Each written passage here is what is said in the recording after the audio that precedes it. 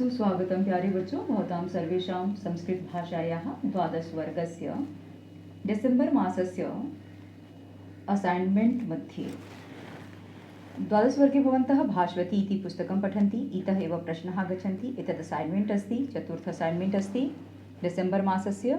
अत्र चत्वारः प्रश्नाः सन्ति, 1 2 3 4 इति चत्वारः प्रश्नाः सन्ति। अस्तु, क्रमशः प्रत्येकप्रश्नानाम् अभ्यासं कुर्मः। छत्तीसगढ़ माध्यमिक शिक्षा मंडल रायपुर शैक्षणिक सत्र 2020-21 माह दिसंबर असाइनमेंट चतुर्थः कक्षा 12वीं विषय संस्कृत पूर्णांकः 20। निर्देश दिए गए प्रश्नों को निर्देशानुसार हल कीजिए। Instructions please attempt the question as per given instructions. अस्तु, प्रथमः प्रश्नः अस्ति अधोलिखितं नाट्यांशं पठित्वा प्रदत्त प्रश्नान् उत्तराणि संस्कृत भाषया लिखत। नीचे लिखे हुए नाट्यांशों को पढ़ करके, नाट्यांश अनुच्छेद दिया हुआ है उसको पढ़ना है और उसको पढ़ करके हमको संस्कृत भाषा में किन्हीं 5 प्रश्नों का उत्तर देना है। 5 अंकों का है ये। अनुच्छेद को थोड़ा सा पढ़ते हैं। मदालसा हसित्वा, मदालसा हंसती हैं, मदालसा राजकुमारी होती हैं और हंसती हैं। नहीं जानन्ति ते यद्यहं तु विवाह बंधनम स्वीकर्तुं न इच्छामि। नहीं जानन्ति ते, क्या वे नहीं जानते हैं, यद्यहं कि मैं, तू तो विवाह बंधनम स्वीकर्तुं न इच्छामि, मैं किसी विवाह के बंधन में नहीं पड़ना चाहती हूँ। कुंडला किम करिष्यसि तदा, तो क्या करोगी तब। मद कुंडला उनकी सखी होती है, दासी भी होती है। मदालसा कहती हैं ब्रह्मवादिनी भविष्यामि, ब्रह्मवादिनी होऊंगी। ब्रह्मवादिनी ब्रह्मचारिणी। आचार्य इति पदम प्राप्य, आचार्य यानी टीचर के पद को प्राप्त करके, शिष्येभ्यः जीवन कलाम शिक्षयिष्यामि, शिष्यों को, मेरे स्टूडेंट्स जो होंगे उनको जीवन जीने की शिक्षा दूंगी। कुंडला जाने ते अभिरुचिम, जानती हूँ मैं तुम्हारी अभिरुचियों को। अध्ययने अध्यापने च, अध्ययन में और अध्यापन में, पढ़ने और पढ़ाने में ही तुम्हारा इंटरेस्ट है। परम यथा लता इयं सहकारम अवलंबते, परंतु जैसे लता को सहकारम अवलंबते, लता को एक सपोर्ट की आवश्यकता होती है ऊपर चढ़ने के लिए, क्योंकि लता कम कोमल होती है, अकेले नहीं खड़ी हो सकती है, इसलिए इसको एक सपोर्ट की आवश्यकता होती है। तथैव उसी प्रकार से नारी जीवन यात्रायामपि, उसके कहने का भाव यही है कि नारी भी सुकोमल होती है, तो नारी जीवन की यात्रा में भी कमपि सहचरम अपेक्षते, किसी न किसी सहचर की, जीवन साथी की आवश्यकता होती है। यह तस्याम अवलंबनम स्यात्, जो उसका, यह तस्याः अवलंबनम स्यात्, जो उसका सपोर्ट करे, जो उसका सपोर्टर बने, अवलंबन करे। मदालसा नास्ति मत्कृते आवश्यकता अवलंबनस्य, नास्ति नहीं है, मत्कृते मेरे लिए आवश्यकता किसी भी अवलंबन की, किसी भी सपोर्ट की। स्वयं समर्था जीवन पथे चलितुम अहम न कस्यापि संकेतैः नर्तितुं पारयामि। स्वयं समर्थः, स्वयं समर्थ हूँ, जीवन पथे चलितुम अहम, जीवन के पथ पर चलने के लिए मैं, न कस्यापि नहीं किसी के भी, संकेतैः संकेतों पर, नर्तितुं पारयामि नाच सकती हूँ मैं।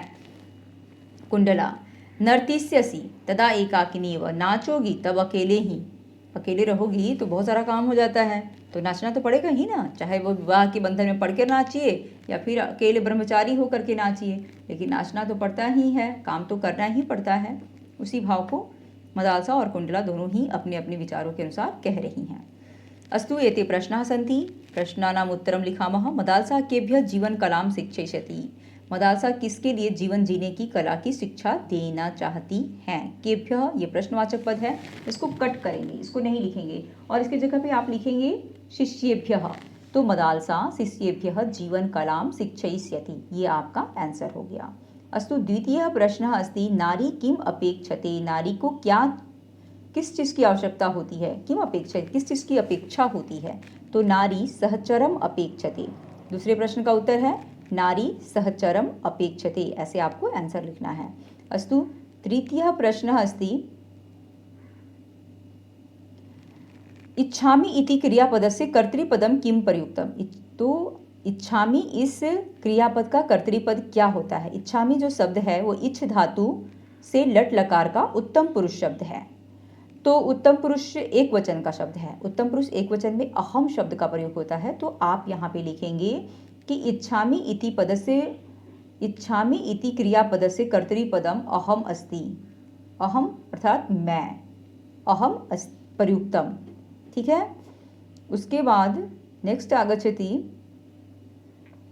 चतुर्था अस्ति नीरसाम इति पदस्य विलोम पदम किम प्रयुक्तम। नीरसाम, नीरस शब्द का अर्थ होता है नीरस अर्थात बोर होना, तो नीरसाम जो शब्द है वो द्वितीय विभक्ति एक वचन का शब्द है, तो वहां पे आएगा सरसाम। तो आप आंसर लिखेंगे कि नीरसाम इति पदस्य विलोम पदम सरसाम प्रयुक्तम। अस्तु। पंचमः अस्ति तथैव इति पदस्य संधि विच्छेदम कुरुता। तो आप लिखेंगे कि तथैव इति पदस्य संधि विच्छेदम अस्ति, अस्ति खुद से लगा लेंगे, तथा प्लस एव, ठीक है, वृद्धि संधि है ये। तथा का लास्ट लेटर आह की मात्रा है और एव का पहला लेटर ए की मात्रा है, तो आ प्लस ए मिलकर के ए हो जाते हैं, इसलिए यहाँ पे तथैव बना है। तो आप लिखेंगे आंसर तथैव इति पदस्य संधि विच्छेदम तथा प्लस एव अस्ति। उसके बाद आता है पंचमः, पंचमः अभवत्। षष्ठमः अस्ति परिणय इति पदस्य पर्याय पदम किम प्रयुक्तम। परिणय इस शब्द का पर्याय पद क्या प्रयुक्त किया गया है, किम को आप कट करेंगे, ठीक है। पर्याय पद का अर्थ होता है समानार्थक पद, समान अर्थ वाले, तो परिणय का समान अर्थ होता है विवाह बंधन, तो आप लिखेंगे परिणय इति पदस्य पर्याय पदम विवाह बंधनम प्रयुक्तम। अस्तु। प्रथमः प्रश्नः अभवत्। द्वितीय प्रश्नं पश्यामः। अधोलिखितं श्लोकं पठित्वा प्रदत्त प्रश्नानाम् उत्तराणि संस्कृत भाषया लिखत। अधोलिखित श्लोकों को पढ़ करके नीचे दिए हुए प्रश्नों का उत्तर संस्कृत भाषा में लिखिए, केषांचित पंचानाम, किन्हीं 5 का। तो यहाँ पर जो श्लोक दिया हुआ है उसको पढ़ते हैं। अहिंसा सत्य क्रोधस, अहिंसा सत्य अक्रोधस त्यागः शांति पैशुनम दया भूतेषु अलुलुपत्वम मार्दवम ही अचापलम। अहिंसा, अहिंसा किसी की भी हिंसा नहीं करना, सत्य सत्य का पालन करना, क्रोध अक्रोधः क्रोध नहीं करना, त्यागः त्याग करना किसी के लिए त्याग कर देना, शांति बना के रखना, अपैशुनम किसी से भी ईर्ष्या द्वेष नहीं रखना, दया भूतेषु सभी जीवों पर दया करना, अलुलुपत्वम लालच नहीं करना, मार्दवम निर्दयी नहीं होना, ह्रीहि, ह्रीहि मतलब लज्जा, किसी भी गलत कार्य को करने में लज्जा का अनुभव करना, अचापलम, अचापलम, चापलम मतलब होता है चंचलता, अचापलम मतलब होता है गंभीरता, तो अचापलम गंभीर होना, तेजः तेजस्वी होना, जो सद्गुण वाले होते हैं, जो अच्छे स्वभाव के लोग होते हैं, उनके चेहरे पे तेज होता है, तो वही कह रहा है तेजः, क्षमा, क्षमा कर देना, कोई माफ़ी मांग रहा है तो उसको क्षमा कर देना, धृति ही धैर्य रखना, शौचम, शौचम पवित्र होना, अद्रोह किसी से भी द्रोह नहीं करना, दुश्मनी नहीं रखना, न अतिमानिता और कहीं पर भी किसी से भी घमंड, किसी भी बात का घमंड नहीं करना, भवन्ति संपदम दैवीय अभिजातस्य भारत, हे भारत दैवीय अभिजातस्य, दैवीय गुण वाले व्यक्ति का, संपदम गुण वाले, दैवीय अभिजातस्य दैवीय व्यक्ति का, संपदम भवन्ति यही गुण होता है। प्रश्न भी आता है, पहला प्रश्न करते हैं कि श्री भगवान प्रथम श्लोके किम कथयति, श्री भगवान अर्थात श्री कृष्ण प्रथम श्लोक में क्या कहते हैं।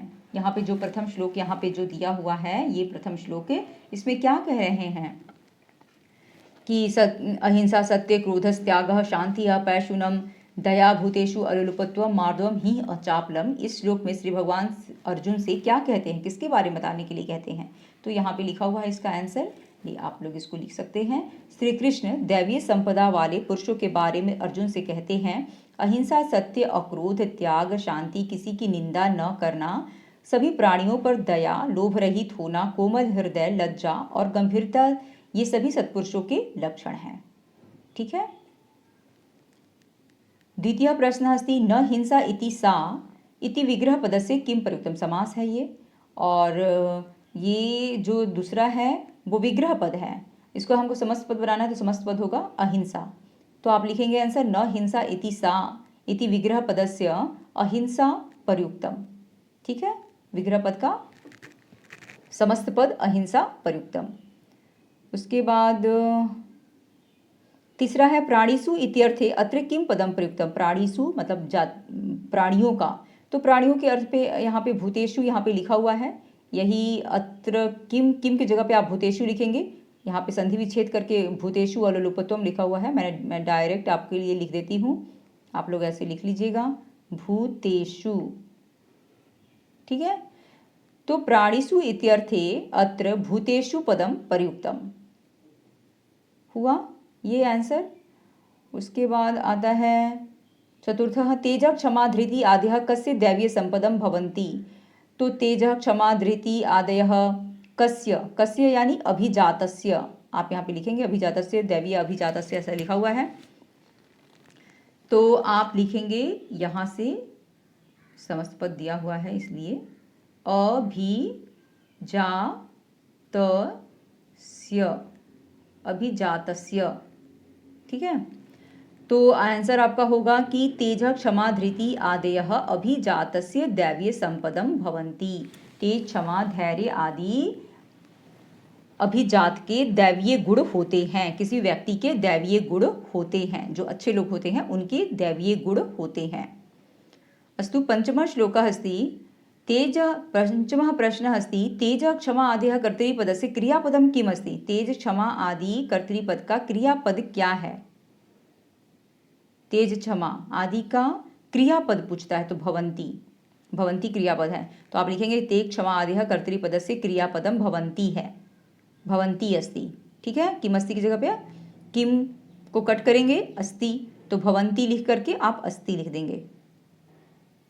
आपका आंसर होगा तेज क्षमा आदेह कर्तृपदस्य क्रियापदम भवन्ति अस्ति। अभवत्।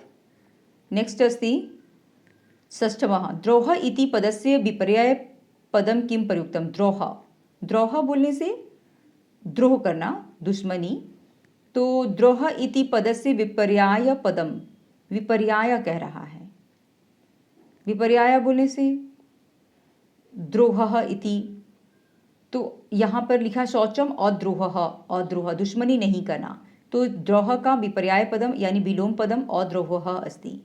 किमस्ति अद्रोह, ठीक है। आप आंसर लिखेंगे द्रोह इति पदस्य विपर्याय पदम अद्रोह अस्ति, ठीक है। अभवत्। षष्ठमः प्रश्नः। तृतीय प्रश्न पश्यामः अधोलिखितानां प्रश्नानाम् उत्तराणि संस्कृतभाषया लिखत। अधोलिखित प्रश्नों का उत्तर संस्कृत भाषा में केषाञ्चित् पंचानां।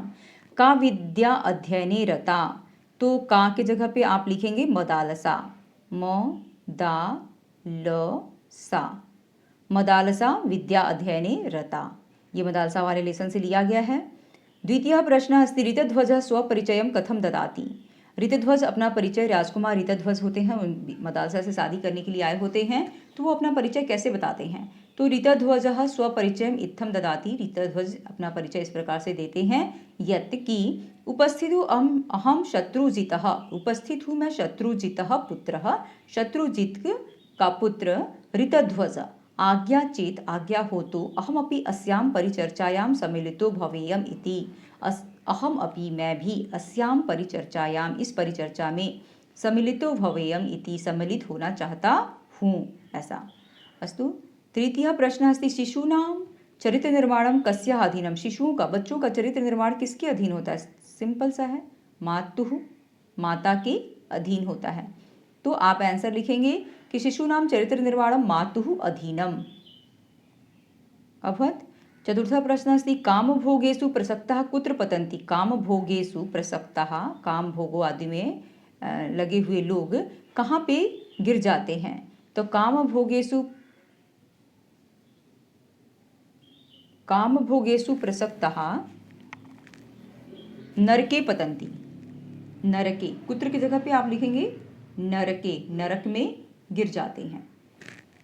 उसके बाद नेक्स्ट अस्ति मनुष्यः किम त्यजेत। मनुष्य को क्या त्याग देना चाहिए। तो मनुष्यः किम काम क्रोध लोभः, काम क्रोध लोभः त्रयम त्यजेत। तो लिखेंगे मनुष्यः किम की जगह पे आप लिखेंगे काम क्रोध फिर डैश लोभः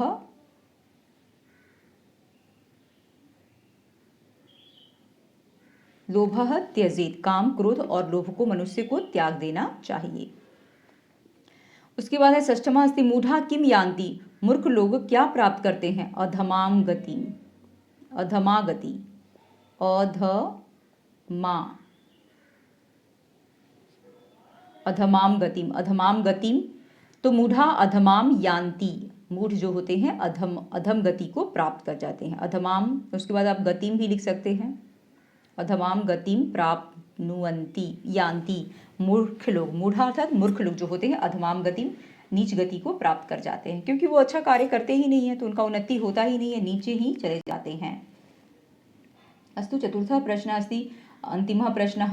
अधोलिखितानां वाक्यानां संस्कृत भाषया अनुवादं कुरुत। अधोलिखित वाक्यों का संस्कृत भाषा में अनुवाद कीजिए। नगर के समीप नदी बहती है तो नगरस्य समीपम नगरम समीपम नदी प्रवहति, ऐसा होगा। विद्यालय से बाहर उद्यान है, विद्यालय से बाहर उद्यान है तो विद्यालयात् बहिः उद्यानम् अस्ति। राम के साथ सीता भी वन को गई, रामेण सह सीता अपि वनं गतवती। चतुर्थः अस्ति, कवियों में कालिदास श्रेष्ठ हैं, कविषु कालिदासः श्रेष्ठः अस्ति। पंचमः अस्ति, शिष्य को गुरु के पीछे जाना चाहिए तो शिष्य को गुरु के पीछे जाना चाहिए, शिष्य ही गुरु अनुसरणीयः, ऐसा। षष्ठमः अस्ति, श्री कृष्ण कंस के लिए असमर्थ है, श्री कृष्णः कंसाय समर्थः अस्ति।